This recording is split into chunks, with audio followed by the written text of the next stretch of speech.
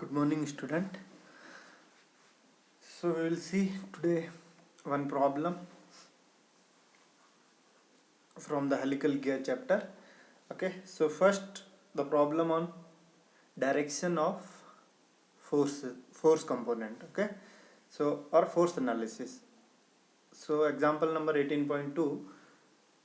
What is the given? A pair of parallel helical gear is shown in figure. Okay, 5 kilowatt power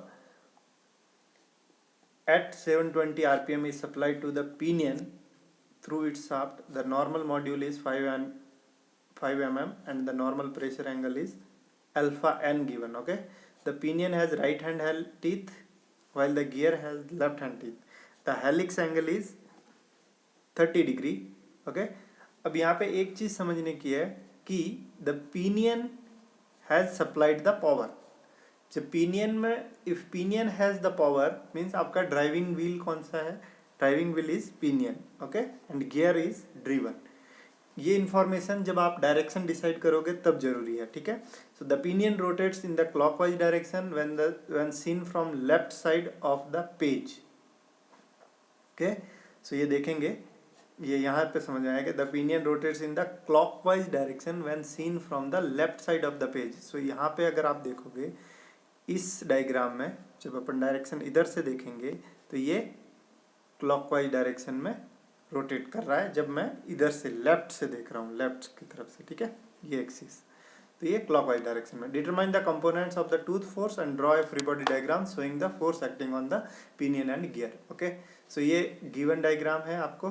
pinion पे right hand helix है, gear पे left hand helix है. The number of teeth on pinion is 20, number of teeth on the gear is 30. ठीक है, power given है, N A given है, यानी कि आरपीएम ऑफ गियर 1 और पिनियन, एक पिनियन को ए बोला है, गियर को बी.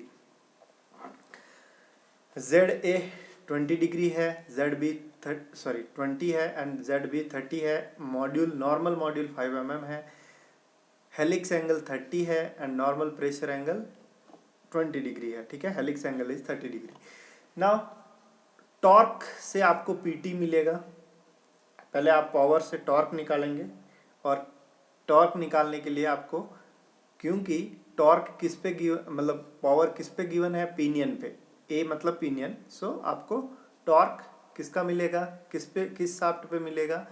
पिनियन, जिस पे पिनियन माउंटेड है. तो पिनियन पे टॉर्क आ गया, पिनियन शाफ्ट पे.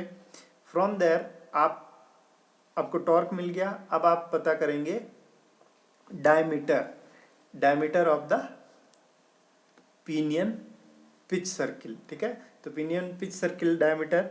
अब आपका वहां पे सिर्फ m इंटू मतलब कि module into number of teeth से काम हो जाता था, बट हेलिकल गियर में normal module number of teeth divided by cos of helix angle. Okay, so 20 number of teeth on pinion, 5 normal module divided by cos 30 helix angle. Okay, so यहाँ से आपको pitch circle diameter आ गया. किसके लिए? Pinion के लिए. Once you know the pinion pitch circle diameter, we know that torque on the pinion will be pt into d by 2, यानी कि radius, pitch circle radius into pt को multiply करोगे तो आपको टॉर्क मिलता है. So from there we will get pt. Okay, once you get pt by using the formulas pa is equal to pt tan alpha, we will get pa axial component and then using this relation we will get radial component. अब आपके पास तीनों component आ गए force के for helical gear.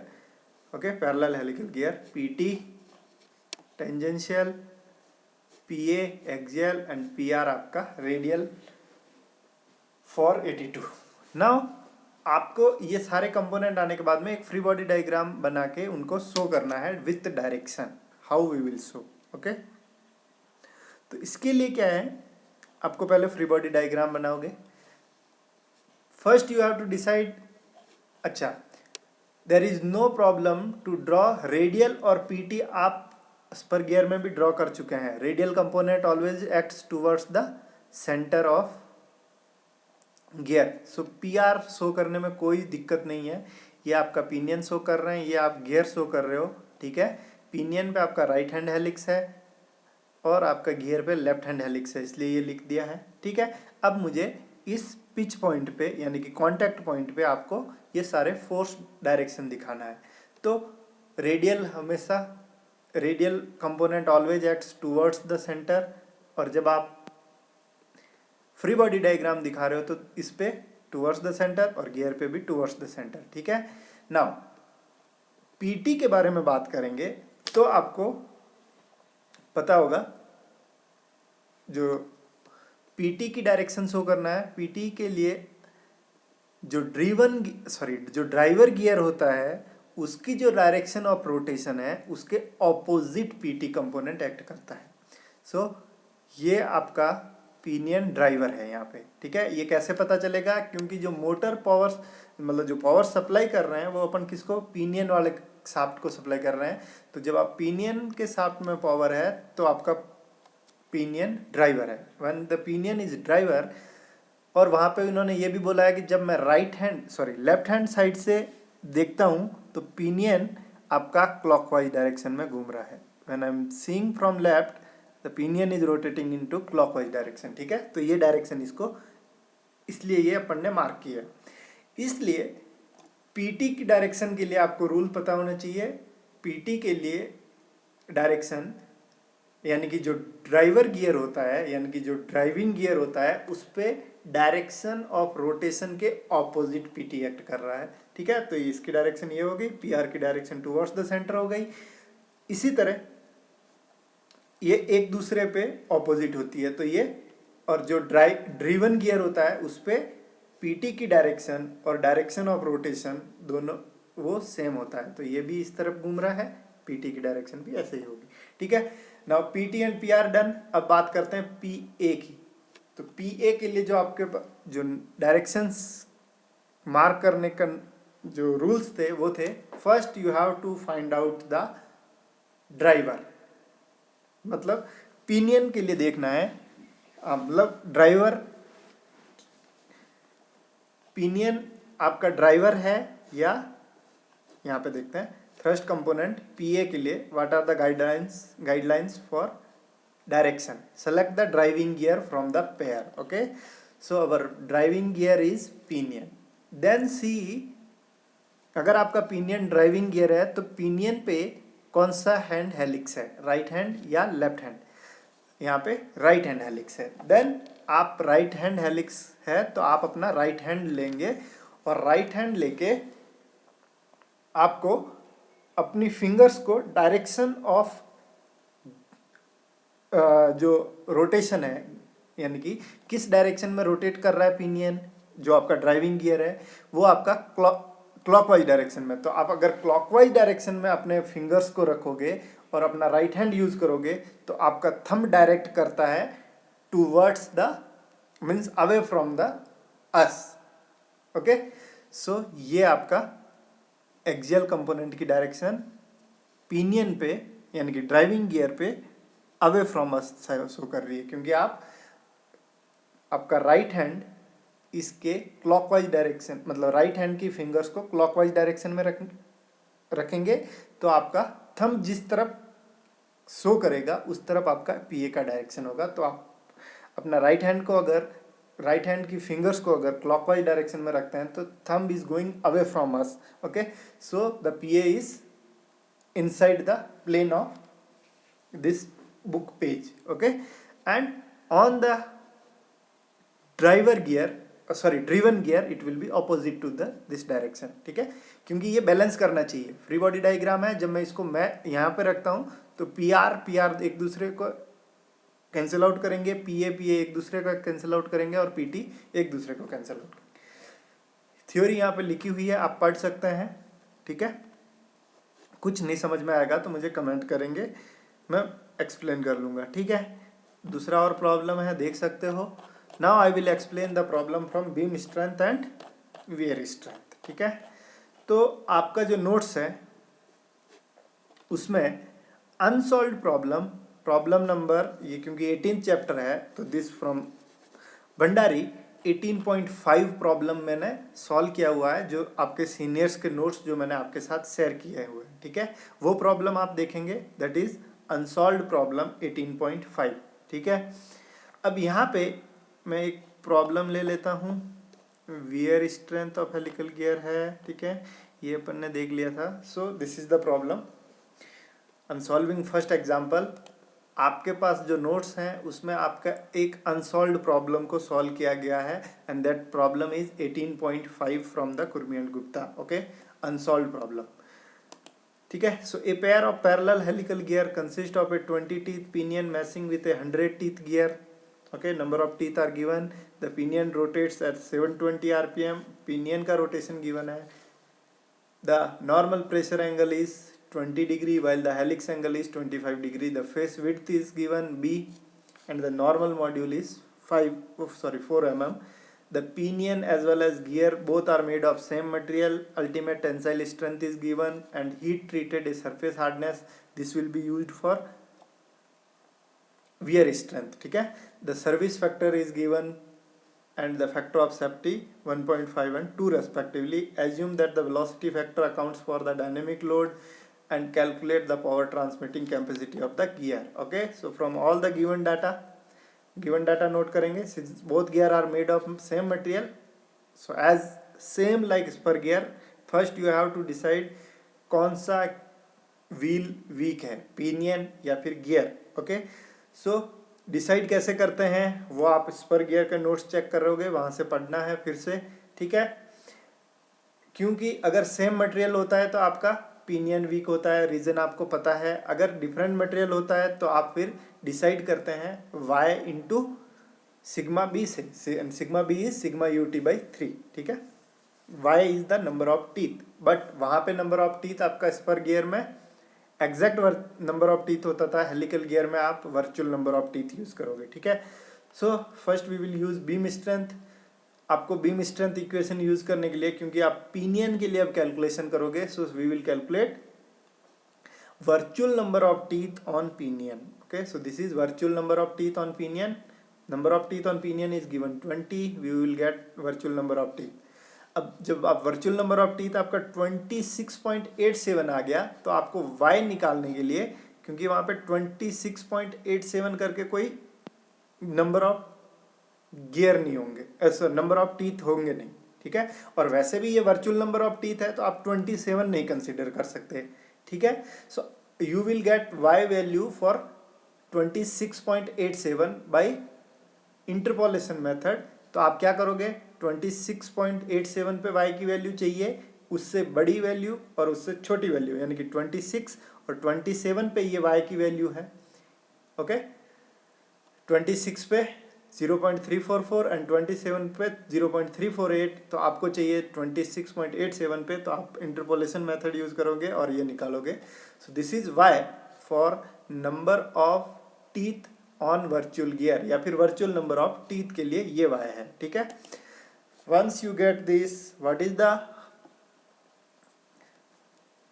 Equation, bending strength equation for helical gear is SB is equal to mn b into sigma b into y। Sigma b आपका 1/3 of ultimate tensile strength होता है। तो यहाँ पे ये सारी वैल्यू पुट करोगे, once you put all the values, mn यहाँ पे है, ठीक है, तो ये मॉड्यूल नॉर्मल होगा, तो 4। So we are getting 11,120 and then you will calculate wear strength, क्योंकि वियर स्ट्रेंथ का भी डाटा गिवन है और आपको बीम स्ट्रेंथ का भी डाटा गिवन है। तो आपको ये नहीं पता है कि गियर किसकी वजह से फेल होगा, यानी कि बीम स्ट्रेंथ या फिर वियर स्ट्रेंथ। सो अपने को पता करना है, यहाँ पे बीम स्ट्रेंथ पता हो गई, now we will calculate wear strength. Wear strength के लिए आपको Q चाहिए, पिनियन का डायमीटर चाहिए, ठीक है, एंड K चाहिए, ठीक है, सारी वैल्यू गिवन है। पिनियन का डायमीटर, यहाँ पे आपने पिनियन का डायमीटर नहीं निकाला था, आपने number of virtual number of teeth निकाला था, ठीक है। तो यहाँ पे आप निकालेंगे पिनियन का diameter by this formula, okay. So this is pinion diameter, K we know for steel it is given in your data book as well as text book, ठीक है। यहाँ से आपको K मिल गया and this is your equation for wear strength for helical gear, सारी value put करेंगे and you are getting this as the wear strength. अब इन दोनों को कंपेयर करेंगे तो बीम स्ट्रेंथ ज़्यादा है, वियर स्ट्रेंथ कम है, यानी कि gear will fail because of wear strength. पहले ये स्ट्रेंथ रीच कर जाएगा तो इससे फेल होगा। So we will design our gear based upon wear strength. So this is your strength, okay. So SW will be equal to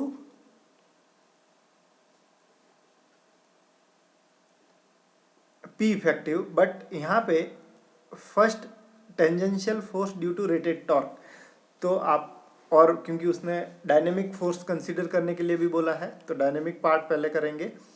so V आप calculate करेंगे pinion के लिए, जब आपको V मिल गया सो CV निकालेंगे, क्योंकि ये 3.3 है। So by using this formula we will get CV velocity factor, क्योंकि यहाँ पे सर्विस फैक्टर दिया है, फैक्टर ऑफ सेफ्टी दिया है, ठीक है। तो CV, once you get CV, SW is equal to P effective into factor of safety, and P effective is equal to nothing but CS by CV into PT, ठीक है। So P effective आपका CS into PT by CV, CS 1.5, PT into ये आपका CV और ये 2 factor of safety. सो यहाँ से आपको मिलेगा PT, ठीक है। Once you get PT, now you can calculate torque, ठीक है। क्योंकि ये आप पिनियन के लिए कर रहे हैं तो यहाँ पे पिनियन का डायमीटर यूज करेंगे, यानी कि पिनियन का रेडियस यूज करेंगे और टॉर्क पता करेंगे, और टॉर्क पता करने के बाद में पावर पता करेंगे, ठीक है। सो this is one problem, solution हो गया। और ये जो नेक्स्ट 18.5 प्रॉब्लम है आप कर सकते हैं, ठीक है, क्योंकि ये अनसॉल्व्ड प्रॉब्लम है। आपके लिए जो मैंने जो नोट्स भेजे हैं, मतलब आपके जो सीनियर के नोट्स हैं, उसमें एक अनसॉल्व्ड प्रॉब्लम सॉल्व किया गया है, and that problem is, I will show you this one, okay. 18.5 ये सब वैल्यू है और ये पूरी प्रॉब्लम सॉल्व की हुई है। आप एक बार सारी प्रॉब्लम नोट करके यहाँ से आप अपने लिए प्रॉब्लम सॉल्व करेंगे, ठीक है, अपनी नोट में सॉल्व करेंगे, ठीक है। तो ये सारे प्रॉब्लम प्रैक्टिस कर सकते हैं। उसके बाद में ये था पैरेलल हेलिकल गियर के बारे में, ठीक है। पैरेलल हेलिकल गियर के बाद में जो नेक्स्ट कैटेगरी था हेलिकल गियर का, that was crossed helical gear. Next type was crossed helical gear. तो इसका भी थोड़ा सा इंट्रोडक्शन देख लेते हैं, क्रॉस्ड हेलिकल गियर क्या होता है। द क्रॉस्ड हेलिकल गियर में पहले तो आपने देखा होगा कि the helix may be same और may be different. Helical gear which are mounted on non parallel shaft are called crossed helical gear, okay. Normal यानी कि पैरेलल जो हेलिकल गियर थे वहां पे आपके शाफ्ट पैरेलल थी, okay, but in crossed helical gear the shafts are non-parallel. In these gears, the axes of the two shafts are neither parallel nor intersecting like worm gears, okay. The pitch cylinder of a pair of crossed helical gear are shown in figure 18.2. So आपके पास ये देख सकते हो, ये एक gear का pitch cylinder है, ये दूसरे गियर का पिच सिलेंडर है, ठीक है। ये इसका एक्सिस है दूसरे का, ये इसका एक्सिस है, and both are intersecting, nor intersecting nor parallel. यहाँ पे लिखा है neither parallel nor intersecting, okay. तो ये 2, ये 1, and this is pitch cylinder 1, this is pitch cylinder 2, ओके। अब यहाँ पे ये क्या लोड कैरिंग कैपेसिटी वगैरह मतलब कंपैरिजन किया होगा। Therefore crossed helical gear have very low load carrying capacity, reason आप यहाँ पे पढ़ सकते हैं, ठीक है। उसके बाद में ये डायग्राम देखेंगे तो यहाँ पे देखेंगे this is gear 2 and this bigger one is gear 1, okay. ये आपका गियर 1 है और इस गियर के टीथ ये हैं, ये आपका गियर है और इस पे ये टीथ है, ठीक है।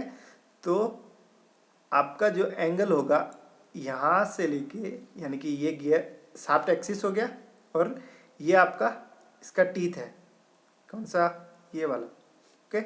सो इसका सेंटर लाइन कौन सी है, ये वाली इसकी सेंटर लाइन है। So this angle is pressure angle, helix angle for 1 gear, okay. Gear 1, ये आपका हेलिक्स एंगल हो गया, ठीक है। और जो दूसरा है, ये मेरा टीथ है, गियर है मतलब सेकंड, और इस पे जो टीथ है वो आपके ये है, ये इसकी सेंटर लाइन है, ठीक है। और ये इसका जो आपका, ये इसकी सेंटर लाइन है और ये इसका टीथ है, ये इसके टीथ हैं, and this one is the centre line for gear 2, okay. So this angle is helix angle. और अगर मैं एक्सटर्नल मैशिंग करेंगे तो ये जो समेशन है helix angle 1 and helix angle 2, यानी कि गियर 1 का हेलिक्स एंगल, गियर 2 का हेलिक्स एंगल, जो कि डिफरेंट हो सकता है क्रॉस्ड हेलिकल गियर में, जबकि पैरेलल हेलिकल गियर में फाई 1 एंड फाई 2 जैसा कुछ नहीं था, क्योंकि वहाँ पे आपके प्रेशर हेलिक्स एंगल सेम होता है, ठीक है। For proper mashing you should have same helix angle, but यहाँ पे हेलिक्स एंगल डिफरेंट भी हो सकता है। तो ये जो समेशन आता है that will be angle between shaft, okay. So it is observed that in this case both gears have teeth with left hand helix and that the angle between the shaft is sum of the helix angle, ठीक है। तो ये चीज थी कि यहाँ पे